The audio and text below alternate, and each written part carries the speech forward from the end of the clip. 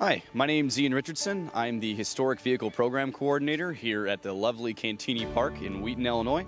I'm a member of the 1st Division Museum staff here in the park, and we're standing in the middle of our tank park right now, which is a home for about 11 different vehicles that we house that are owned by the Army that we maintain and keep here for the public to check out and see and climb around and enjoy.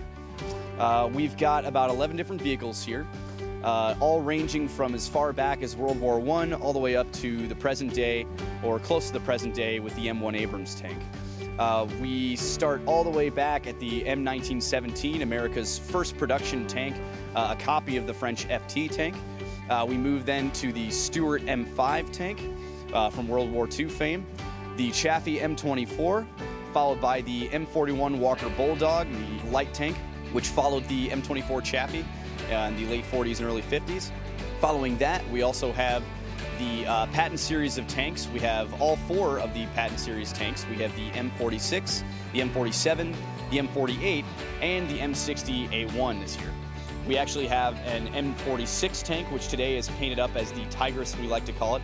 It's got a tiger camo scheme, which is actually taken from the 24th Infantry Division, who painted their tanks very briefly in this camouflage variant in an attempt to try and scare the enemy Chinese and North Korean troops.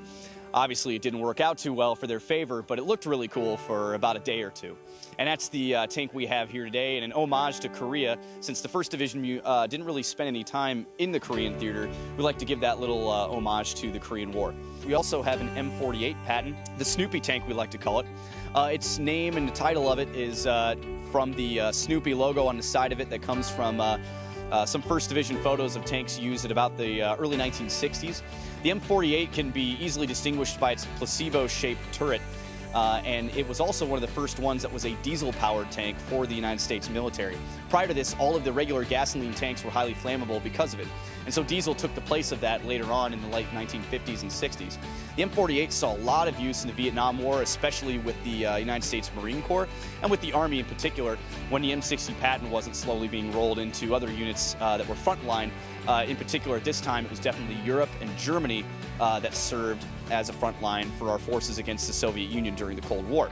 We also have a couple tanks that you might hesitate to call tanks, closer to like armored personnel carriers. We've got an M113 APC. We also have an M551 Sheridan tank. I hesitate to call it a tank, but we'll call it a tank for this. And we also have a traditional 1st Series M1 Abrams, not to be confused with the later M1A1 or the A2, the original rifled-barreled M1 Abrams tank that was designed to fight Soviet tanks of a near-peer status at about the same time during the 1970s and 80s. And that's pretty much all the tanks that we have in the park.